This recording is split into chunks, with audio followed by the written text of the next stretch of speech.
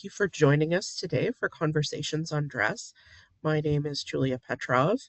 I am the Vice President of Publications for the Costume Society of America, and my portfolio includes the e-news, which members get every month. I also oversee the publishing partnership we have with Kent State University Press for our CSA series, and of course this, which is our flagship scholarly publication, the journal Dress.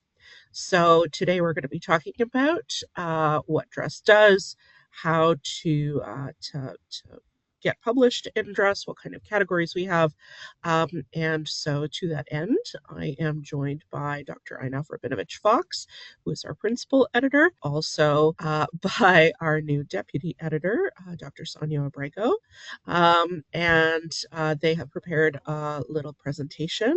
They'll go through it, and I'm going to turn it over to Einav and Sonya. Okay, so welcome everybody. We're very excited for this session of how to develop and submit an article for Dress. A little bit about Dress itself. It is the journal that the CSA, Costume Society of America, is published since 1975. So we are one of the oldest there in the field.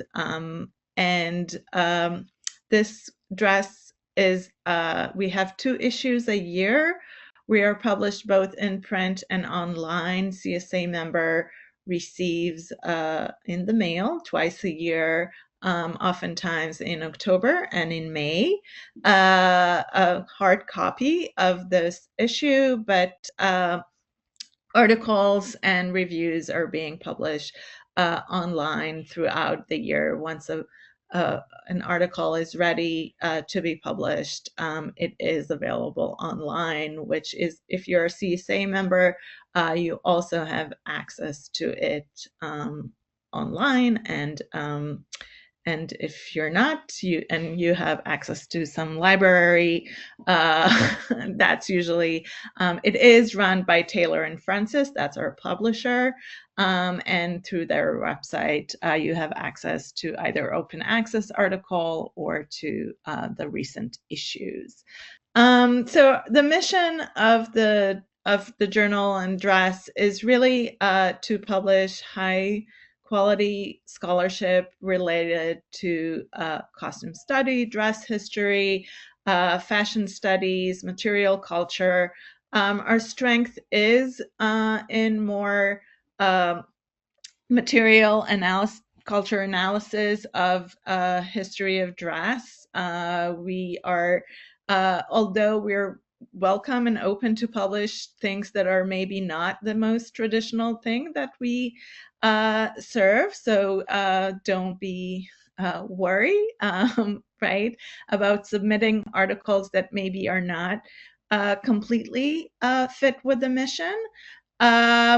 We do try to kind of like broaden both our audience and kind of like the type of articles and people that we're looking for them to submit into the journal, which is basically all the gamut of the CSA membership. So we look not just for academics, but also for practitioners, for museum people, for museum scholars, for people who their hobby or that they have some connection to the fashion industry.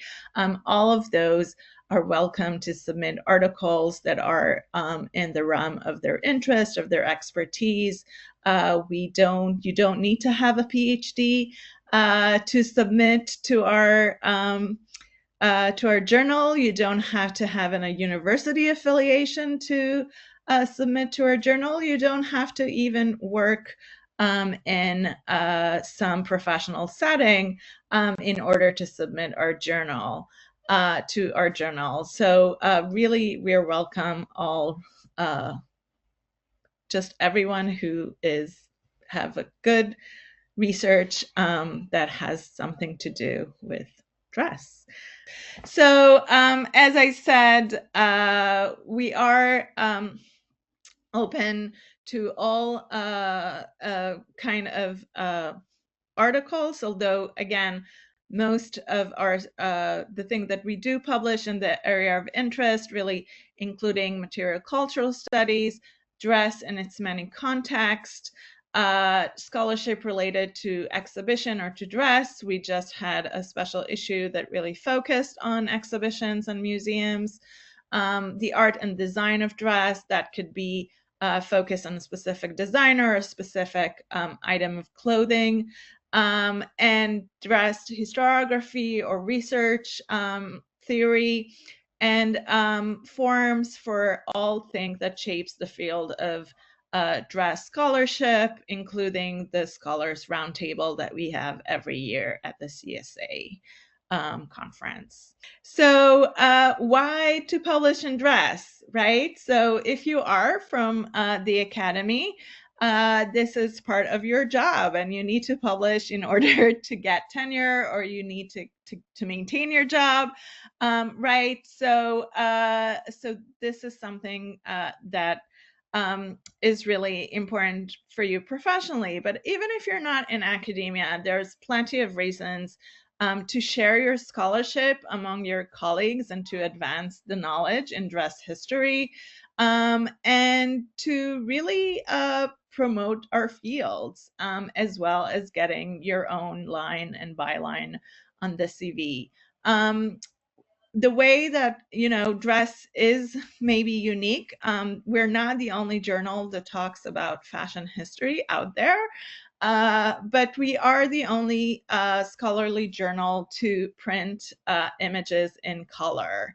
And every article that we have includes images, which is a very unique feature if you're kind of like familiar with the scene.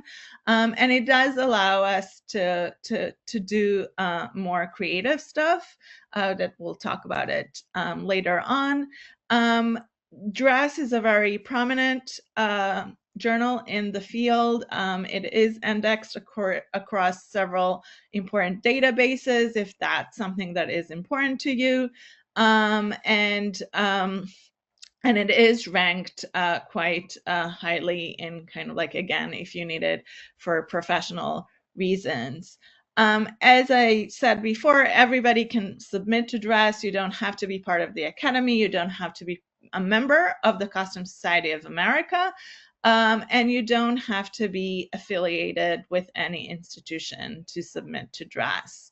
Formats for submission range from 2,000 to 10,000 words. That includes both footnotes and the captions for the images. So just keep in mind in those on those things, and we'll be more specifically on kind of like with the type of what you can submit to dress, and kind of like what is the expected words limit for each type of submission.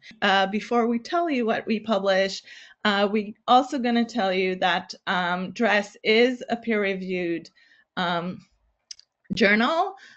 Each article is being peer reviewed by 2 reviewers. It's an anonymous review. So you don't know who is making the review, and the person who is making the peer review doesn't know who the author is. We have an editorial board that usually engages in the peer review process. As you can see from the names on the slide, there are 16 of them, and they are very coming from very broad range of expertise and experience. We do try to get as many kind of like coverage in our editorial board. We also have the editor emerita group, who are also part of the editorial board, who are serving in consulting kind of like basis, and these are the people who are really serving as kind of like the intellectual and expert in the range of what we do. So yeah, Sonia, I will let you take away the next slide. Okay, it is great to be here. It's great to see such a good turnout. So what do we publish? A few different formats: research articles and reports, book reviews, exhibition reviews, visual essays, scholars roundtable, has to do with conference presentations sometimes, the Stella Blum grant report, which is based on awardees of that grant, obituaries, to pay respects to members of the community who passed away, and celebrating CSA fellows. So research articles. The type of critical article represents original research with strong theses and conclusions and is approximately 6,000 to 10,000 words in length, including citations. So this is our pretty much standard scholarly format for research papers that you could find across different fields. Research report, this is a little bit more condensed. So shorter format, approximately 3,000 to 6,000 words, and that's inclusive of your citations. So the topic would necessarily be a little narrower, right? So a close focus on an artifact or on an archival collection, and it can lean towards more descriptive than analytical, but it still needs to be scholarly in its rigorous methodology and presentation of the findings. Visual essays are a little different and a little bit new to the publication, which is exciting. And it's an essay, visual essay format is intended to create a space for publications for original creative contributions. So artistic contributions related to dress that push new boundaries or generate new knowledge or insights in the field. So this is really image focused. The format of submission must feature dress or costume used as a vehicle for original creative expression. 8 to 10 quality photos or illustrations for which the author or artist owns the copyright. So meaning, they're your photos if you're submitting. And supporting text is, again, more brief. It's up to about 2,000 words inclusive of citations, but it still nevertheless needs to articulate aims, background, context for the work, and an explication of the formal decisions that guided the creation of it, and articulate the knowledge that was ultimately generated by the creative project. Guidelines for submission they're all submitted electronically. We accept Word files, so not a PDF, just standard kind of Microsoft Word format. Double spaced, 12-point Times New Roman font. Authors should follow the formatting guidelines of the latest edition of the Chicago Manual Style, and also your pages ought to be numbered. We use a submission portal through Routledge to manage the submission process, and that allows you to kind of see where your submission is at. It gives us the ability to track it and the authors an ability to track through Taylor and Francis journal portfolio, all in one location. So regardless of how you're presenting your work or what format it falls into, they should all include the following. I'm going to have a cover sheet separate with the author's name, address, email address, phone number, title of the manuscript, and a brief 100 or 150 word bio of the author. The first page of the article should include only a title and the abstract, summarizing the content of the paper. You come up with 5 to 7 keywords, and keywords are important for online indexing. They should be ways for, once the publication is out there, people to track and link it to other comparable work. Descriptive subheadings should section off the text, like within the body of the text. And images, 5 to 10 of them with captions, can be embedded into the document. So that can be color or black and white, illustrations, maps, any other kind of supporting graphic materials are welcomed and encouraged if they support what you are writing about. We use endnotes. So those will have numerals and formatted again in Chicago style. And there is usually, in the end, accompanied by a disclosure statement. So if there's any conflict of interest or financial or non-financial interest that's arisen from the results of your research.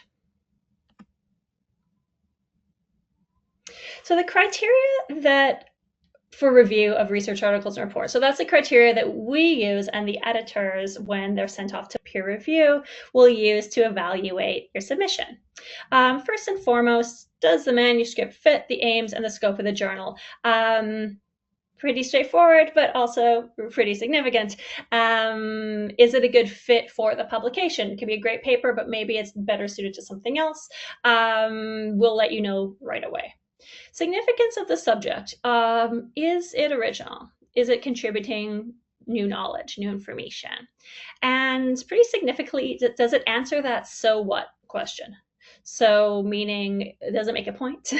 Has the author grounded the work in a larger context? Strengths and weaknesses of the approach or argument. So the thesis and objectives, are they clear and straightforward and followed through throughout discussion in the paper? Methodology, is it sound? Is the author thoroughly acquainted with the existing secondary literature on the subject of their choosing? Does the author make appropriate and thorough use of primary sources?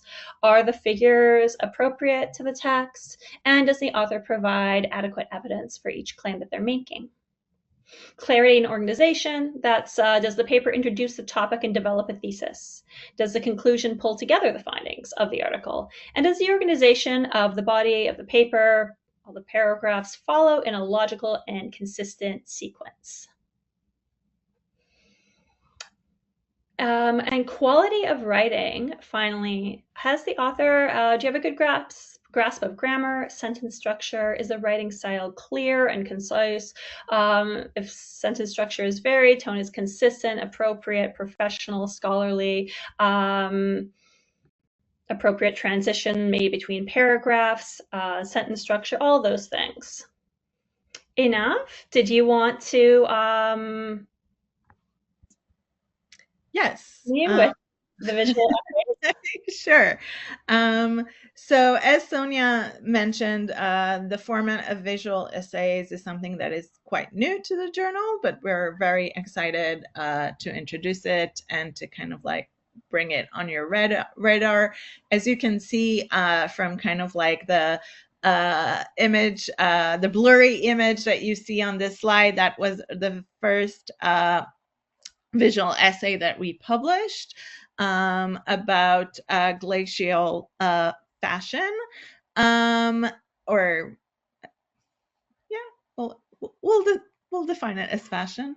And as you can see here, right, there's not as we said, this is more of a shorter length to 2,000 words, mostly heavily based images, right? So the image is really the thing that really drives the visual essay, not necessarily, so the wording thing is not just explaining what we see, but more kind of like showing an argument in visual ways.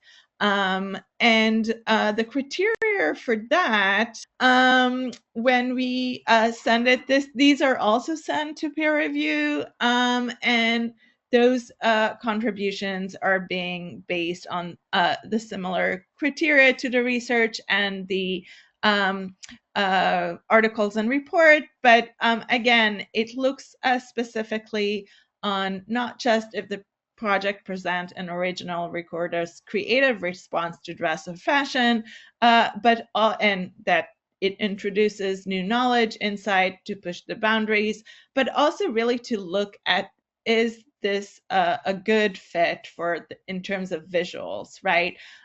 So again, that can we see through the image the narrative that you're trying to make? Are the research aim, background, and method outcome clearly stated? Does the author offer appropriate critical reflection on the images? And are the images selected to illustrate this project representative of the work and of high qualities? Are they completely compelling and appropriately captioned?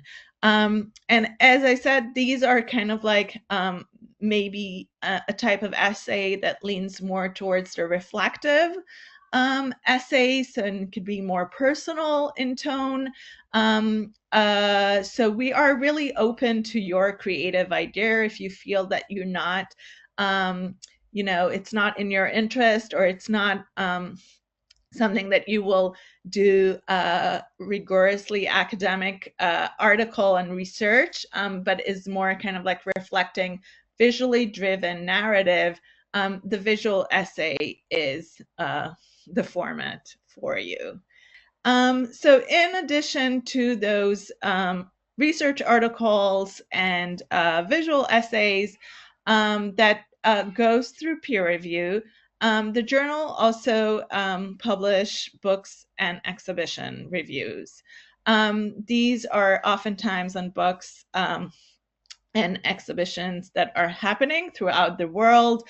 The books themselves are also on any topic that is related to dress and that we think that our readers will find interest in.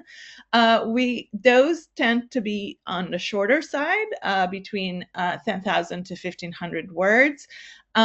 We ask not to send us a review, even if you are kind of like, oh, you've been to a great exhibition and you want to write a review. But instead, you can definitely email both the book review editor if you're interested in a book review, or the exhibition review editor if you're interested in reviewing an exhibition, and just ask them like, oh, I really, I'm planning to go to France in this, to see this great exhibition.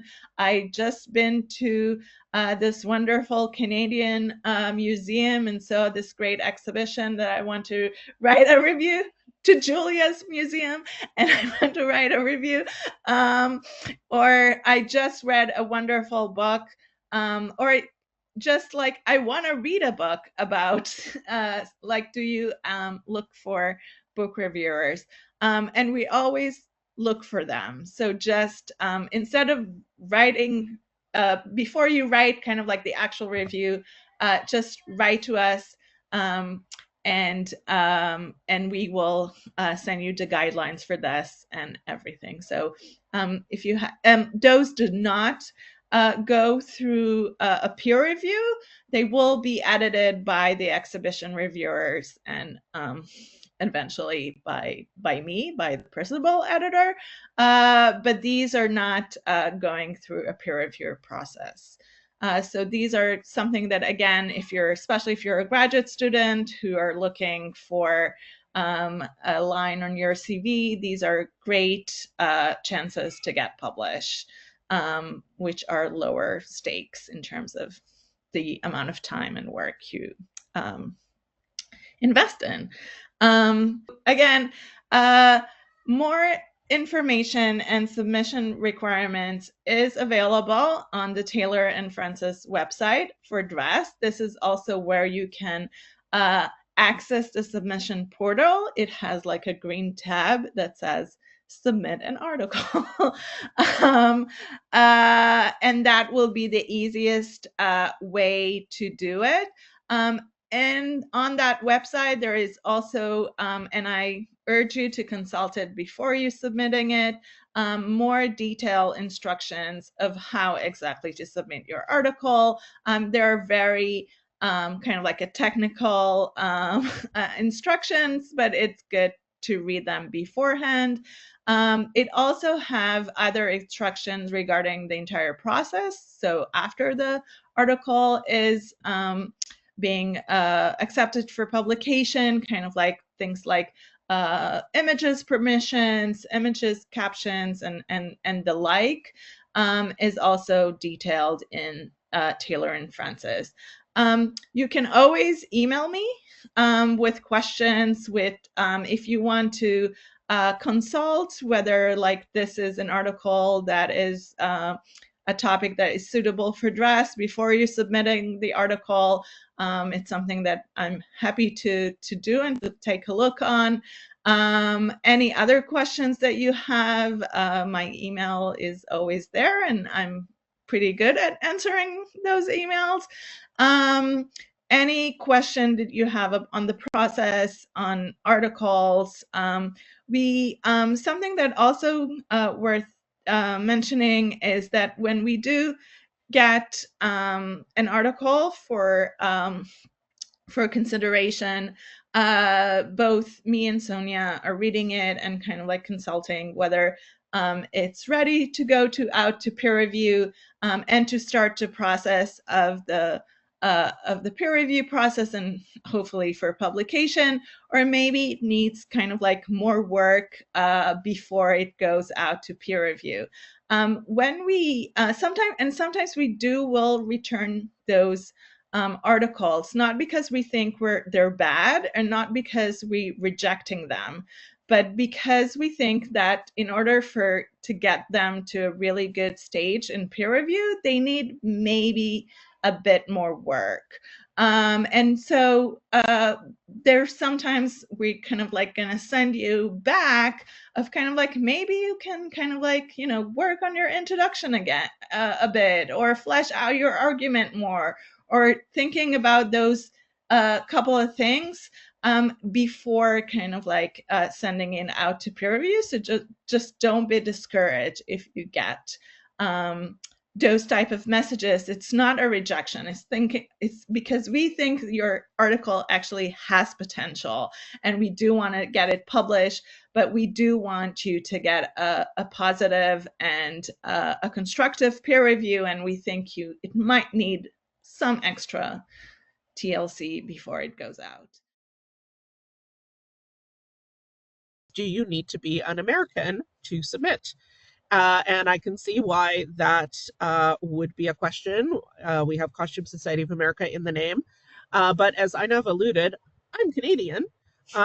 So it's really the Costume Society of North America, I guess. But no, we accept submissions from all over the world, about all over the world as well. And in fact, that is one of the goals of the journal, is to become more diverse in its coverage, and that is part of the reason why we're doing this webinar today, because we do a version of this at Symposium for members as well, but this is more widely available for people who may not be members. Another question that came in was, what is the definition of low resolution for images? We don't need it to be 300 DPI at this point, so we just need some idea of what that image is. So for example, if you haven't licensed it from a database or a museum, that preview image that you got from the database is fine at this point, just for the reviewers to be able to see. I would also add, Julia, that you also don't need to have a permission in the initial kind of like submission stage of the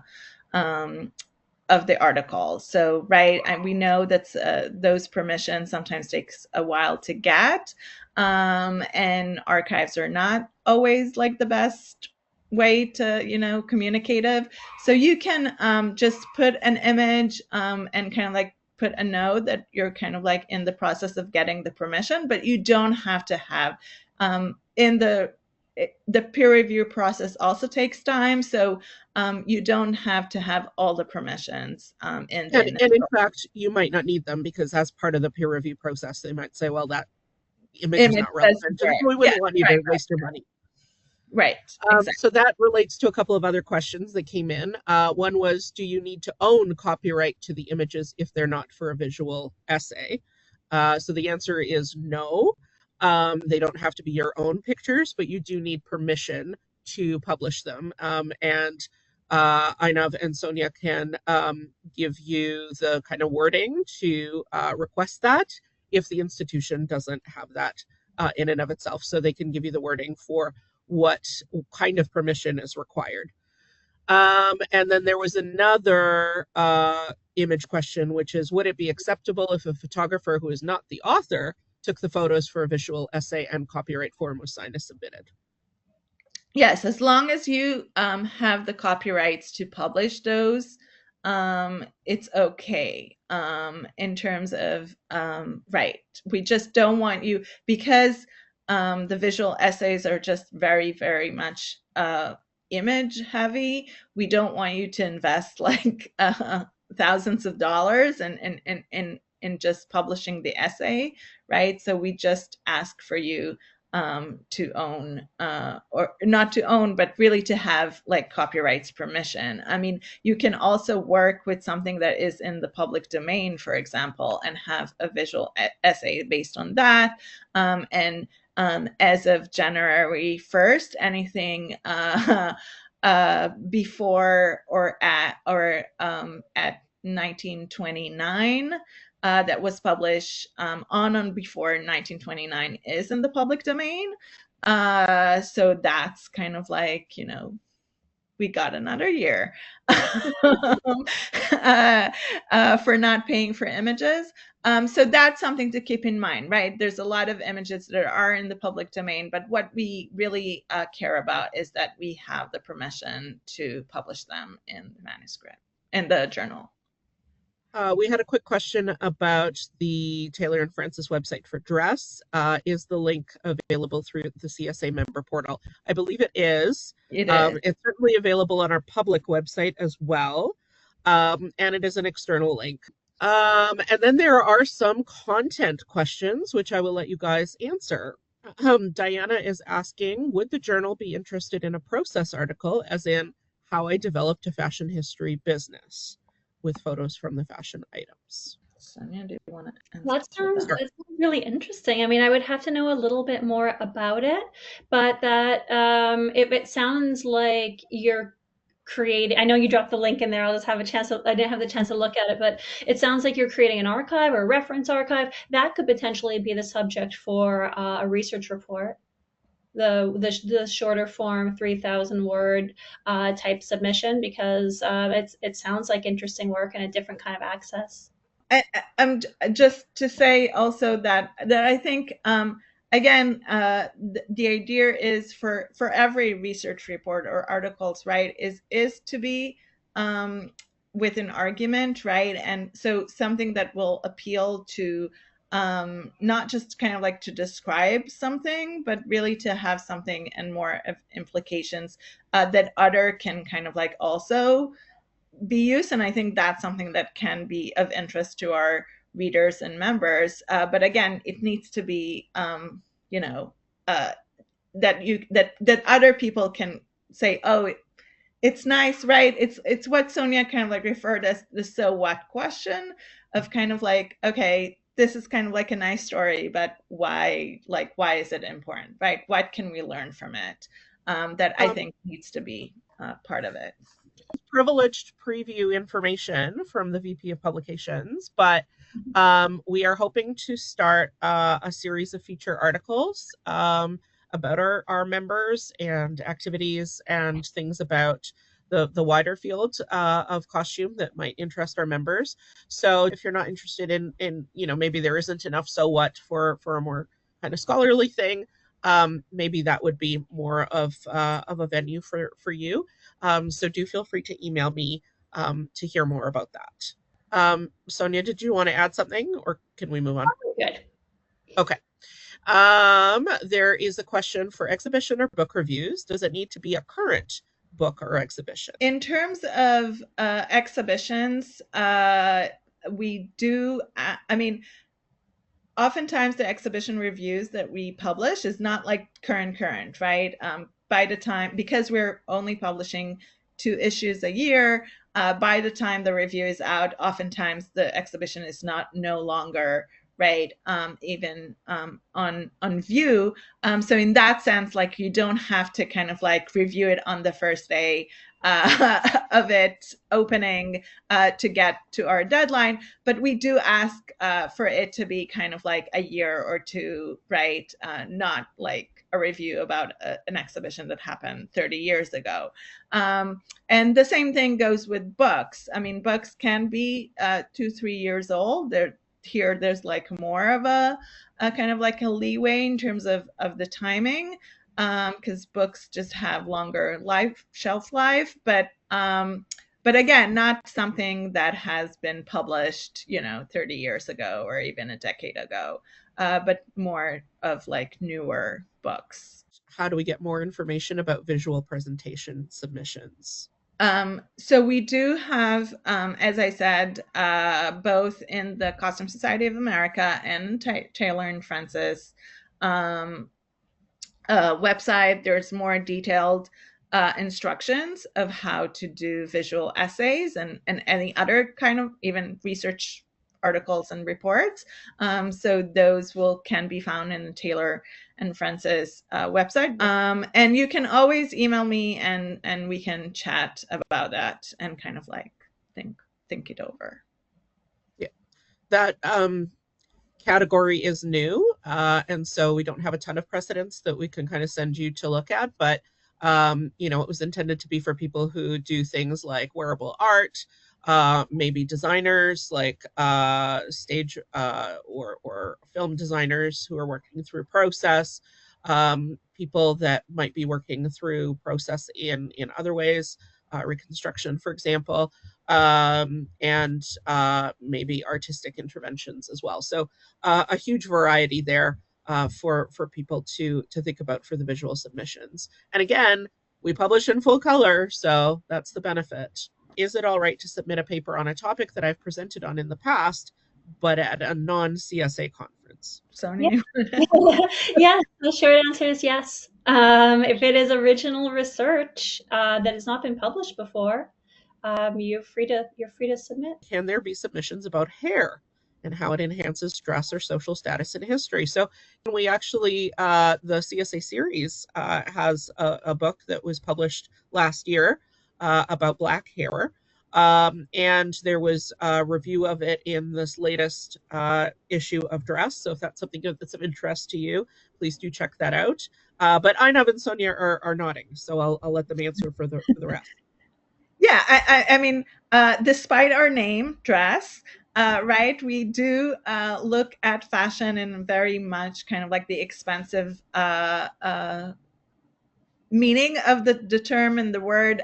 We look not just at hair, but also makeup, jewelry, accessories, all type that has to do with body adornment and practices of dress, fashion, and anything you can think. So we really are kind of like more not inclusive, but exclusive, despite our title. Not everyone who is on the Dress team is here today. So Einav is our principal editor. Sonya is the deputy editor, but as they mentioned, there's also a book reviews editor and an exhibition reviews editor. Currently, the exhibition reviews editor post is not filled, but we are hoping to get someone on formally very soon. And of course, we also have an amazing copy editor who works with us, who helps to polish articles to a very high standard. And then there's the Taylor and Francis side who do some of that as well. So it's a professional, well-oiled and friendly team. The editorial board whose names Einav showed, they have a wide range of specialties, and we rely on them for peer reviews. But there's also external people that of course we send things out to as well. So it's a very lively journal in that way. What is the time frame once you submit an article? This is bragging rights for us, isn't it? Yes. So our average is fairly quick for journal articles. The shortest that I think that we had was a month.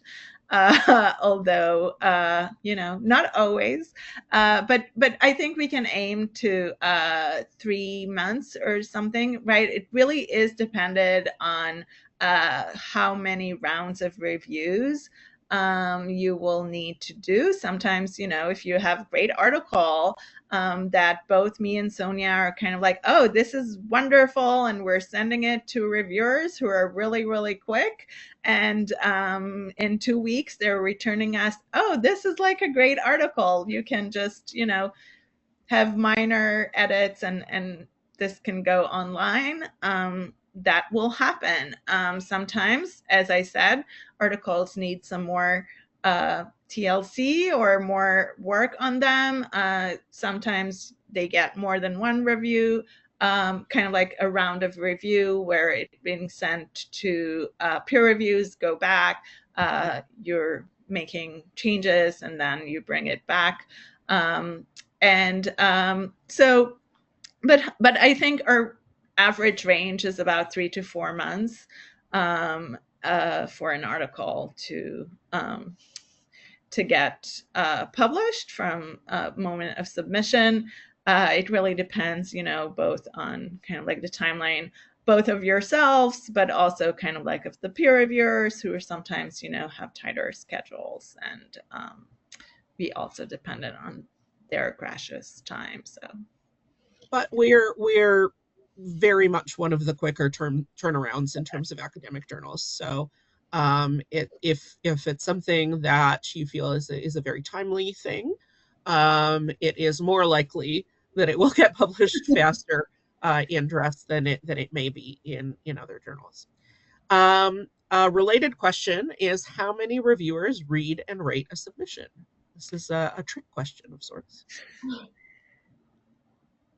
So apart from me and Sonya, who will read every article, every article is also being reviewed by 2 anonymous peer reviewers.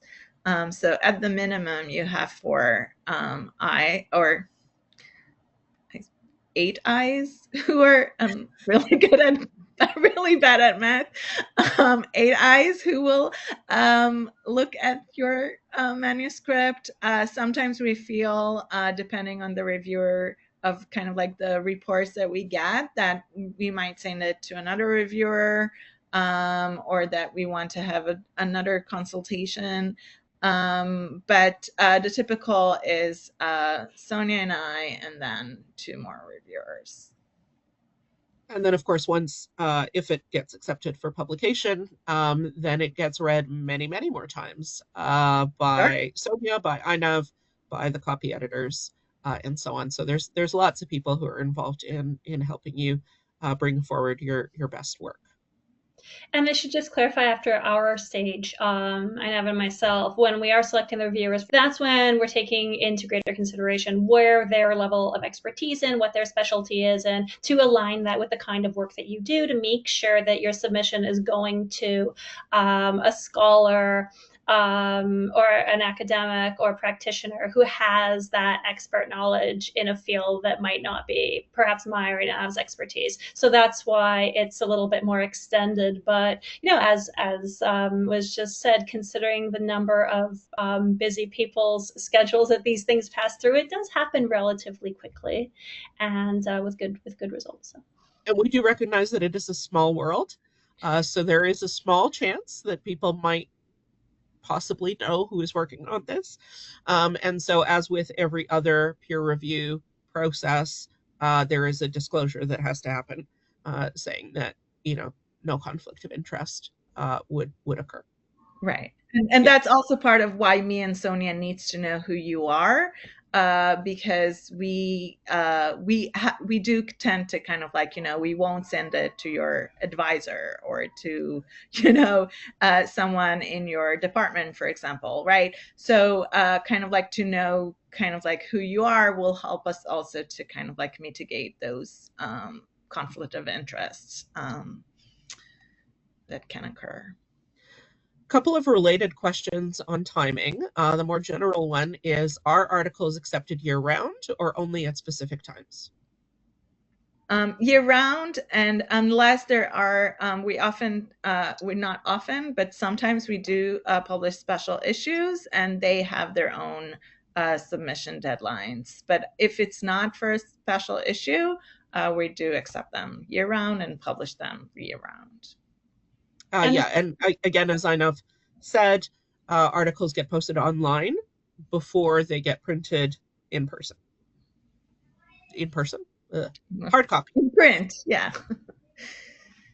Since you have published an article on hair and class, how long before you accept more on that subject? I mean, I think, it really the book on hair and on black hair is actually a book. It's not something that we published an article on. But if you saw kind of like we had an article about Fortuny dress came out recently. You can still write about Fortuny. I mean, it's not that we now publish an article about Fortuny and we don't want to publish it ever again, right? So if your research is solid and interesting and innovative, we'd be welcome to receive it, no matter what topic it is. If the perspective is unique, the subject matter isn't maybe what we're looking at. It's more about that creative, original take on the subject matter that's going to make it stand out. Great. Yeah, and if you have, again, any questions, you can always email me at dress@costumesocietyamerica.com with any questions you might have. And we will be continuing the conversation on dress next month when we're going to have a roundtable discussion on the special issue, the last issue of Dress that was published. And so our guest editor, Petrov Slinkard, will be there in conversation with some of the authors from the issue. And so if you haven't registered for that, so please take a look out for the registration. And we hope to see you back in a month or so for that conversation on dress. I wanted to thank everybody again for turning up this evening. I know that's sometimes difficult to manage between all the time zones that members are in and non-members are in, as well as our work schedules. I wanted to thank Einav and Sonya, and then our team behind the scenes, Sarah Hickson and Kirsten Miller-Zone, for making this happen. So just Google Dress Journal of the Costume Society of America, and you will hopefully get the most up-to-date information. Thanks to Einav and Sonya, and have a great night, everyone.